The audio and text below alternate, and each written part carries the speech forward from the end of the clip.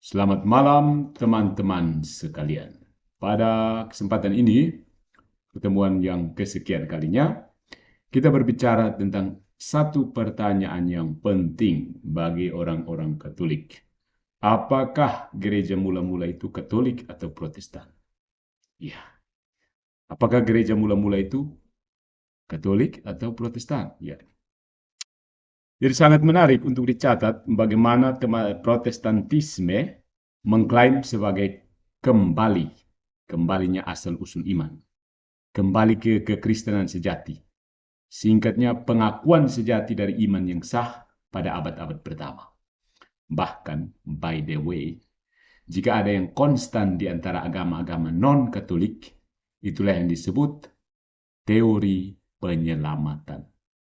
Sekali lagi, teori penyelamatan. Ya. Sebagian besar dari mereka, dan hampir semua ya, menyatakan bahwa kekristenan primitif, kekristenan mula-mula, kekristenan perdana adalah murni dan bersih dari semua kesalahan. Tetapi pada waktunya manusia akhirnya memutarbalikkan kebenaran Kristen, menumpuknya sebagai penipuan yang sangat-sangat besar.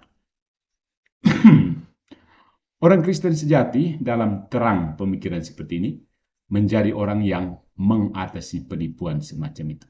Jadi orang Kristen yang sejati itu seharusnya berusaha untuk mengatasi penipuan tersebut dan menemukan kembali kekristenan sejati dalam seluruh kemurnian dan kesederhanaannya. Ya, untuk agama-agama ini, Katolik hampir selalu bertanggung jawab atas kesalahan yang telah terakumulasi selama berabad-abad. Di sisi lain, agama yang menyelamatkan kebenaran bervariasi sesuai dengan selera pelanggannya. Entah itu Lutheranisme, entah itu Calvinisme, entah itu Pentekostalisme, entah itu Spiritisme, dan lain-lain. Ya, jadi mereka mengklaim sebagai penemu kebenaran, penyelamat kebenaran. Nah, di satu sisi, bahkan agama-agama esoterik, teologi pembebasan itu sendiri, Freemasonry, dan ya sungguh luar biasa ya, Islam juga menganut teori penyelamatan ini. Teori penyelamatan sekali lagi. Jadi alasan untuk menerima teori ini secara universal adalah kenyataan bahwa sangat sulit bagi manusia di hadapan ajaran-ajaran Yesus Kristus dan kekudusan yang mempesona dari orang-orang Kristen pertama untuk menyangkal validitas ajaran-ajaran itu atau keindahan kekudusan itu. Oleh karena itu, orang perlu percaya bahwa dalam beberapa cara mereka terkait dengan Yesus Kristus dan komunitas Kristen awal. Jadi ada daya tarik yang begitu kuat dari Kristen primitif ini sehingga setiap orang dengan segala macam cara mau mengaitkan diri, menghubungkan diri dengan kekristenan awal ini. Yesus Kristus dan komunitas Kristen awal. Meskipun atau jika tidak secara langsung. Jadi orang mencari cara untuk berhubungan dengan gerejanya para rasul. Semua jenis denominasi, gitu. Semua ribuan denominasi. Tetapi sama halnya sangat sulit bagi kesombongan manusia untuk menerima bahwa kekristenan sejati ini ada memang, tidak tersentuh, untouchable. Itu adanya di dalam gereja Katolik.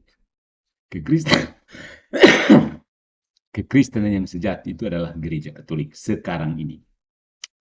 Menerima kenyataan ini bagi semua kelompok non-Katolik berarti menerima bahwa mereka salah dan bahwa mereka sering berperang melawan kekristenan sejati ini. Jadi mereka sulit menerima kenyataan seperti ini. Dan dengan cara seperti ini, teori penyelamatan adalah cara termudah bagi seorang non-Katolik untuk menganggap dirinya sebagai murid sejati Kristus tanpa harus mengakui kesalahan, heresi, dan bidat yang diakuinya.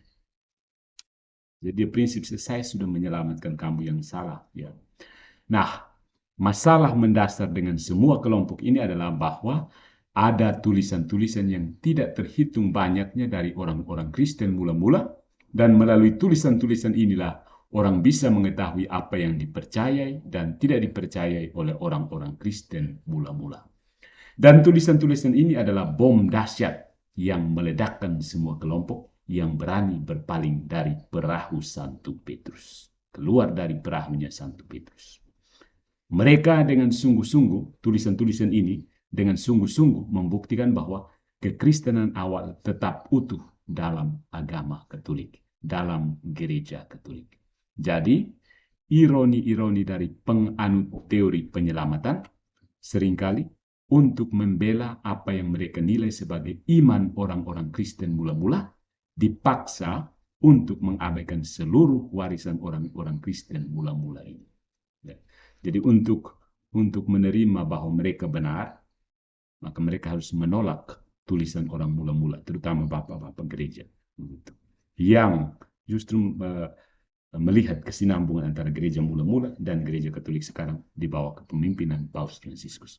Dan saudara-saudariku yang terkasih, Protestanisme adalah contoh paling serius dari semua yang kita katakan tadi. Nah, ada satu artikel yang berjudul How can Protestantism be a return to the origins of the faith?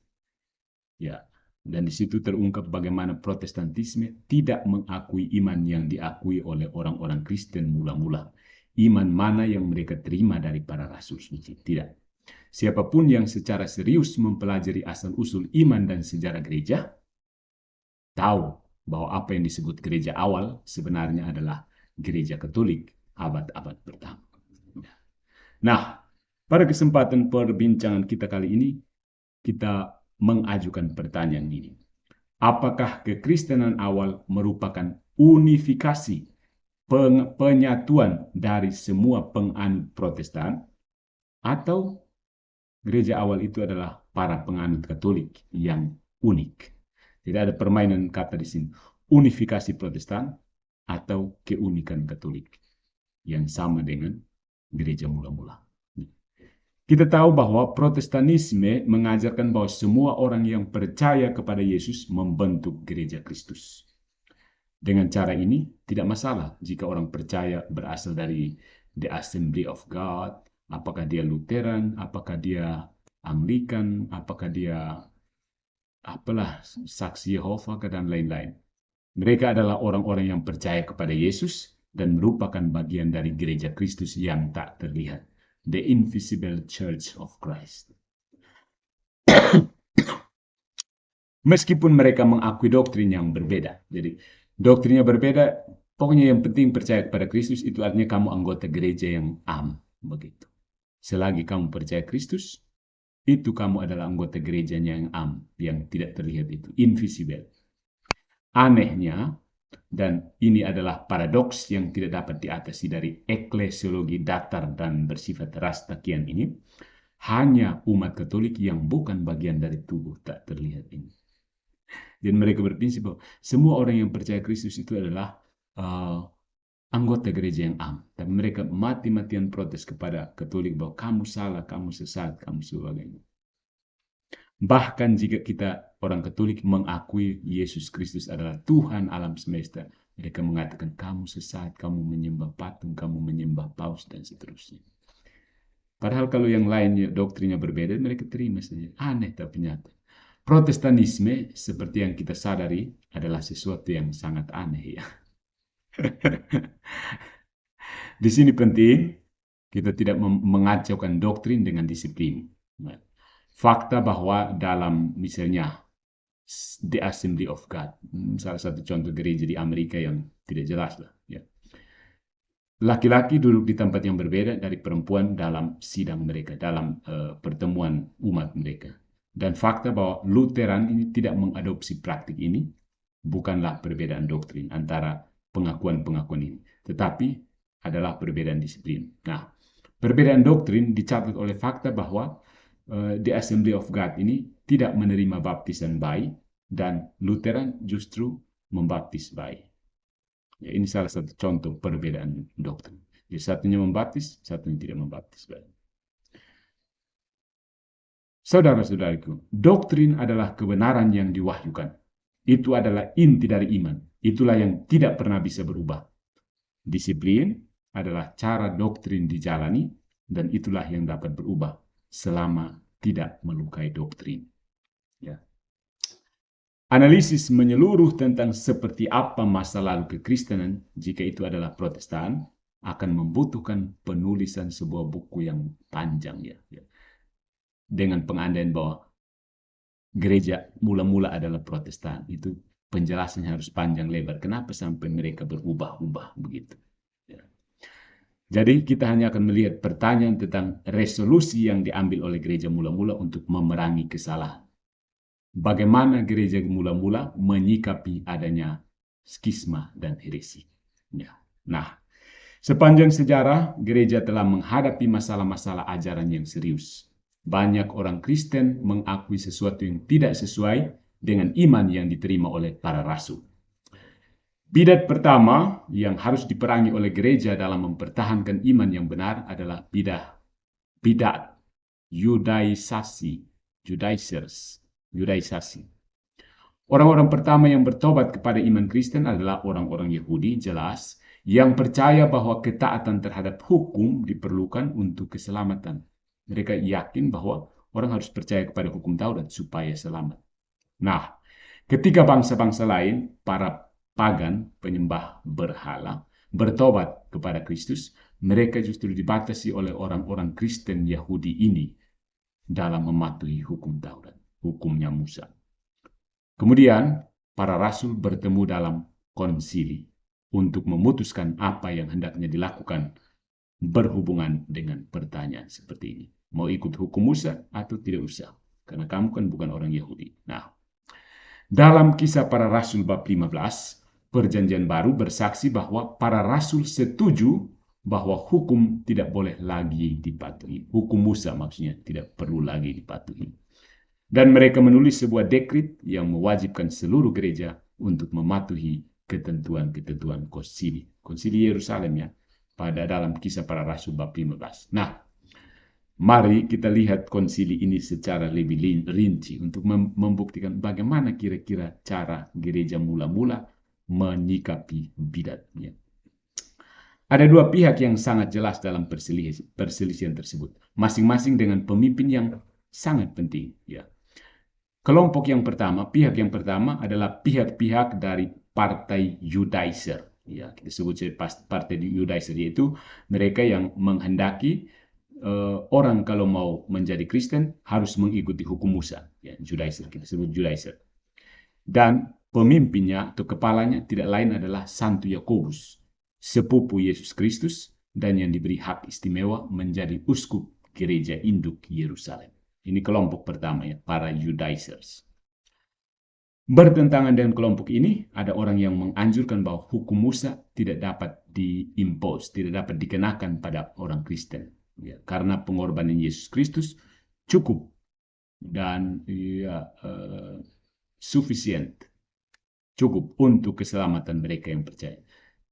Pengorbanan Yesus di salib sudah cukup, tidak perlu lagi menjalankan hukum. Nah, pemimpin kelompok ini adalah Santo Paulus, rasul yang paling berpengaruh saat itu. Kepada siapa Tuhan telah memberikan hak istimewa untuk, tanda petik, mengunjungi surga tingkat ketiga dan mengetahui hal-hal yang tidak diketahui oleh manusia lain. Nah, dua kelompok ini, Judaizer dan kelompoknya Santo Yakobus dan kelompoknya Santo Paulus, kelompok yang sangat kuat ya, dengan pemimpin yang sangat berpengaruh ya. Konsili diadakan dalam suasana banyak diskusi, perdebatan kan. Yang dipertaruhkan adalah ortodoksi dan keselamatan jiwa kita semua sekarang ini.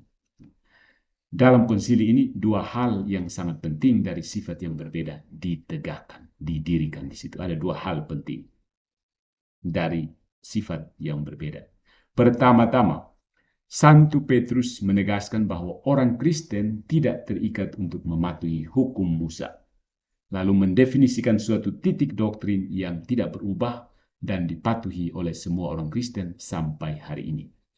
Tercatat dalam Kisah Para Rasul bab 15 ayat 7 sampai 8. Memang kebebasan orang Kristen ya, bebas. Yang menang dalam konsili ini adalah titik awal dari semua teologi Protestan. Iya, nanti kita lihat ya. Sangat mengherankan bahwa inti teologis yang diterima oleh mereka semua ini didefinisikan dengan sungguh-sungguh oleh Paus pertama. Meskipun mereka mengklaim bahwa Paus tidak memiliki kekuatan untuk mendefinisikan apapun. Jadi Kisah Para Rasul bab 15 itu, setelah berdebat, Petrus mengambil keputusan. Dan keputusan itu diterima oleh semua orang Protestan sampai sekarang. Ya kan? Itu adalah Paus pertama. Lalu mereka itu bukan. Tidak lama setelah itu, Santo Yakobus menyarankan bersama dengan larangan persatuan yang tidak sah, penerapan norma-norma pastoral, yaitu pantang daging yang dipersembahkan kepada berhala dan dari semua yang dicemarkan oleh mereka, yang diterima oleh semua orang dan dikenakan pada orang-orang Kristen. Norma-norma seperti itu tidak diikuti lagi hari ini. Kenapa? Kita umat Katolik memiliki argumen bahwa norma-norma ini bersifat disiplin dan bukan doktrinal, dan bahwa gereja Katolik yang adalah gereja kemarin pada waktunya mencabutnya. Sama seperti seorang ibu yang menerapkan aturan disiplin kepada seorang anak ketika dia masih kecil dan tidak lagi menggunakannya ketika anak menjadi dewasa. Jadi sekarang ada kelompok yang tidak mau makan darah, kan? Ada yang tidak mau ibadatnya hari Minggu, tapi mau hari Sabat, dan seterusnya. Aneh-aneh. Gitu. Dan apa argumen orang-orang Protestan karena tidak mematuhi norma-norma seperti itu? Sangat mengherankan bahwa tidak ada pembatalan norma-norma ini secara alkitabiah. Dan oleh karena itu, para Protestan penganut sola scriptura harus mematuhinya. Ya, mereka harusnya beribadat pada hari Sabat, lalu apa lagi? Tidak boleh makan darah. Ya. Namun mereka tidak melakukannya. Mereka mencabutnya sendiri. Dan di atas semua itu, mereka menuduh kita orang Katolik doktrin yang tidak alkitabiah. Aneh. Tidak ada yang lebih tidak alkitabiah di dunia gelap sola scriptura daripada tidak mengikuti norma-norma Kisah Para Rasul bab 15 ayat 19 sampai 21. Nah, mari kita lanjutkan. Karena itu, konsili ini patut dicontoh karena 3 alasan. Konsili Yerusalem ya, bab 15. Yang pertama, konsili ini menceritakan intervensi khidmat, intervensi majestik, intervensi majestik ya, dari Santo Petrus. Diterima oleh semua orang dan dipatuhi bahkan oleh Protestan hari ini. Menggambarkan infalibilitas kepausan. Yang kedua, KPR 15 ini menarasikan institusi norma iman di seluruh konsili, yaitu abstain dari komunitas yang tidak sah, yang sama-sama diikuti oleh semua orang sampai hari ini, yang menggambarkan infalibilitas konsili. Ya. Dan yang ketiga, KPR 15 ini, peristiwa konsili ini, menceritakan institusi norma-norma pastoral yang dipaksakan pada orang Kristen dan yang tidak lagi diikuti dari waktu ke waktu. Meskipun norma-norma itu muncul dalam Alkitab tanpa pernah dibatalkan juga secara alkitabiah. Yang jelas tidak sesuai dengan ruang lingkup sola scriptura. Karena itu, pada akhir konsili dan di satu sisi, kedua belah pihak sangat enggan satu sama lain. Jijik? Tidak juga. Pertama-tama, para penganut Yudaisme ini harus menerima tesis Santo Paulus sebagai ortodoks. Bagaimanapun juga Santo Petrus sendiri telah menegaskannya dan di hadapan kata-katanya, pendapat Santo Yakobus tidak terlalu penting lagi. Sebagai umat Katolik, mereka membungkuk taat, sama seperti Santo Yakobus sendiri membungkuk taat. Bayangkan jika mereka Protestan ya. Kelompok penganut Yudaisme ini, kalau mereka Protestan. Mereka akan menegaskan bahwa tidak ada dasar Alkitabiah untuk klaim Santo Petrus. Bahwa tanpa ayat-ayat Alkitab dari kanon Yerusalem, BTW, mereka tidak akan mematuhi definisi dogmatis yang serius itu. Bahwa Santo Petrus sebagai kerikil belaka tidak memiliki kuasa untuk mengikat dan melepaskan apapun, meskipun Yesus telah mengatakan bahwa ia melakukannya. Mereka juga akan menegaskan bahwa semua orang Kristen adalah sama, dan bahwa oleh karena itu Santo Yakobus bisa dipercaya seperti Santo Petrus. Sehingga kata-kata yang pertama tidak dapat menang atas yang berikutnya, terutama ketika semua kitab suci justru mengatakan yang sebaliknya. Akhirnya mereka, kelompok itu, akan menciptakan gereja baru, mungkin gereja Rasul Yakobus, yang benar-benar Kristen, tidak mengikuti kesalahan kepausan sejak awal. Mereka menghindar dari kepausan yang menurut mereka pasti salah, kan? Jadi sekarang mari kita bayangkan sisi murid-murid Santo Paulus. Mereka benar bahwa tesis mereka menang di konsili. Ya. Di sisi lain, mereka harus mematuhi norma-norma pastoral yang jelas-jelas bersifat Yahudi. Sebagai umat Katolik yang baik, mereka memahami bahwa gereja merupakan gembala jiwa kita. Dan bahwa oleh karena itu, norma-norma ini wajib ditaati. Nah, mari kita bayangkan lagi. Sekarang jika orang-orang itu Protestan, ya, mereka akan mengklaim bahwa Santo Paulus memiliki pengalaman pribadi dengan Yesus, personal experience, dan bahwa dalam pengalaman ini Tuhan telah mengatakan kepadanya bahwa tidak seorang pun harus khawatir tentang apa yang dia makan atau apa yang dia minum. Selain itu, pengalaman Kristen sangat spiritual dan tidak dapat dicemarkan atau dibantu oleh hal-hal rendah seperti materi. Ya. Banyak Protestan dalam garis gnostik yang paling murni memiliki kengerian terhadap semua materi, semua yang material.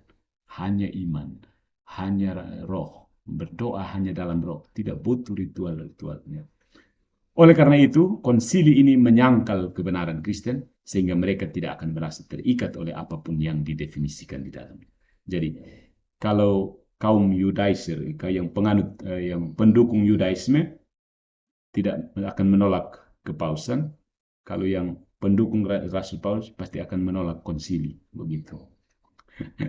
Mereka akhirnya akan menemukan sebuah gereja baru, mungkin gereja di dalam Kristus, gereja liberal atau gereja kebebasan dan seterusnya. Bentuk gereja sendiri tidak mau ikut yang hasil konsili, begitu. Nah, ini adalah konsili pertama yang dilakukan oleh gereja, konsili Yerusalem. Dilaksanakan sekitar tahun 59 sesudah Masehi dan diceritakan dalam Alkitab. Karena itu, ini adalah Kristianitas primitif.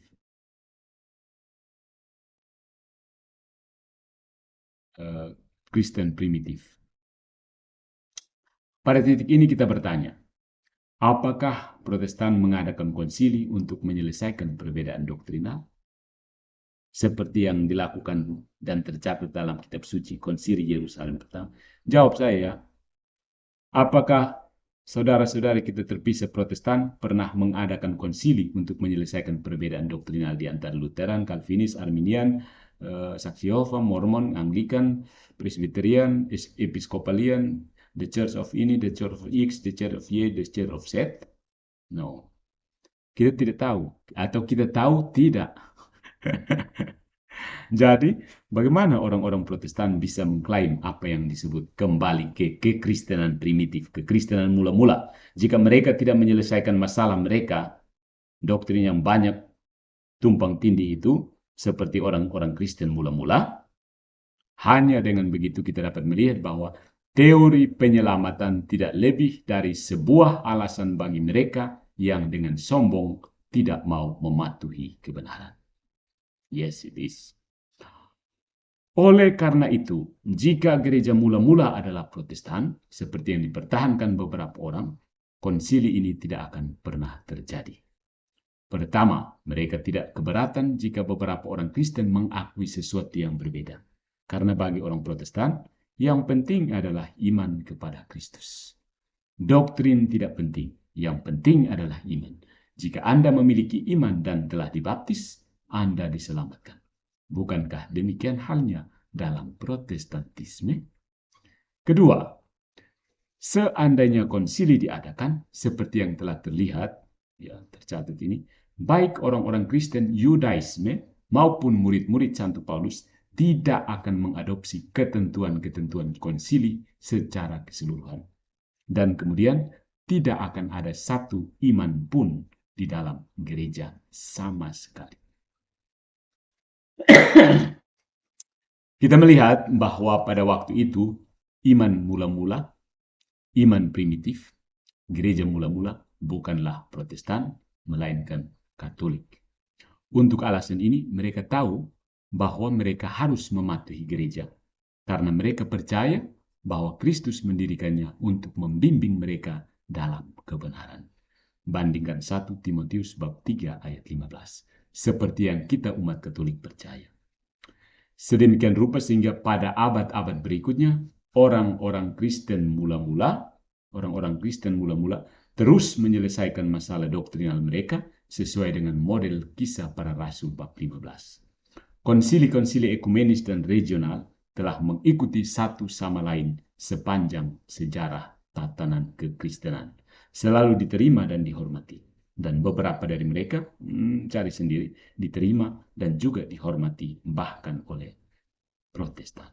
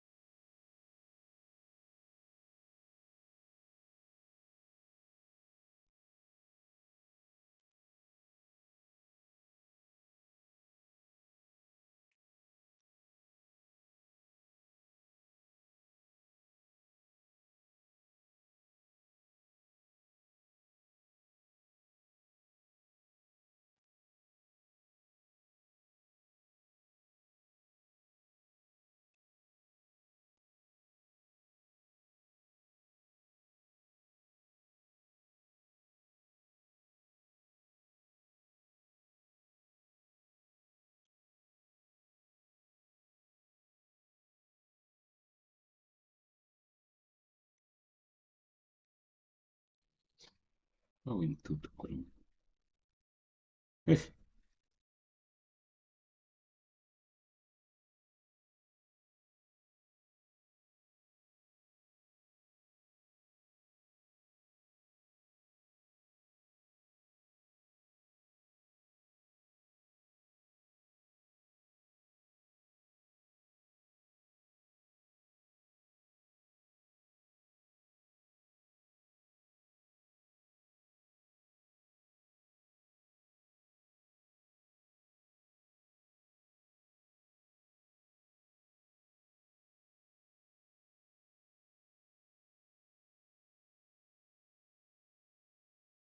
Kita lanjut ya.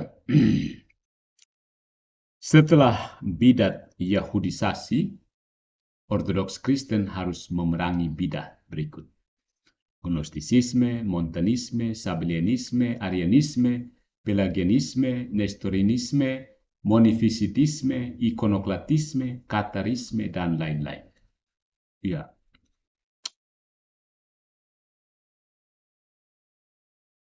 dengan memahami dengan lebih mendalam tentang bidat-bidat yang disebutkan ini, sebenarnya kita bisa yakin ada beberapa dari banyak bidat ini yang direvitalisasi dalam sekte-sekte Protestan, yang dengan demikian sementara mengklaim kembali ke kekristenan mula-mula, akhirnya memeluk doktrin-doktrin yang dianatema oleh orang-orang Kristen mula-mula yang sama itu. Ya. Seperti yang sering kita katakan, konsistensi bukanlah kekuatan Protestanisme.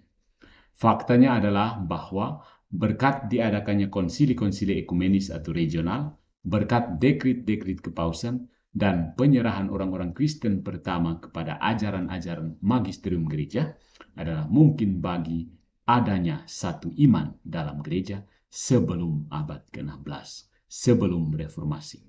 Karena gereja kuno, gereja mula-mula adalah Katolik, maka kata-kata Santo Paulus, satu iman, bandingkan Efesus bab 4 ayat 5, dapat digenapi.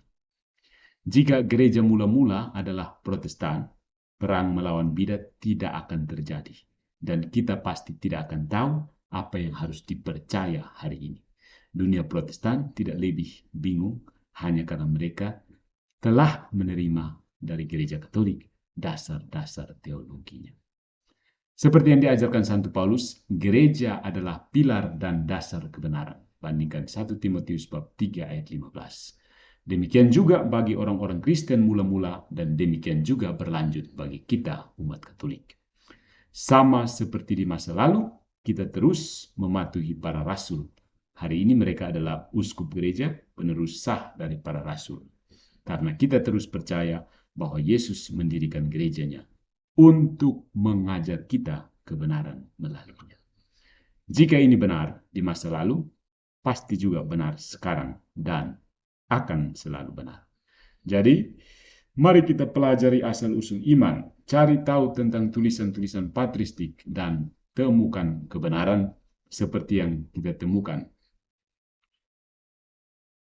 di dalam gereja, dalam magisterium gereja. Now rotulem, konyesam, jangan beri label, kenalilah. Conhecereis a verdade, e a verdade vos libertará. Kamu akan mengetahui kebenaran, dan kebenaran akan memerdekakan kamu. Conhecereis a verdade, e a verdade vos libertará. Now rotulem, conheçam. Jangan kasih label, jangan nominalistik. Kenali. Jangan bilang menyembah patung. Kenali mereka buat apa dengan patung. Salve semuanya. Jadi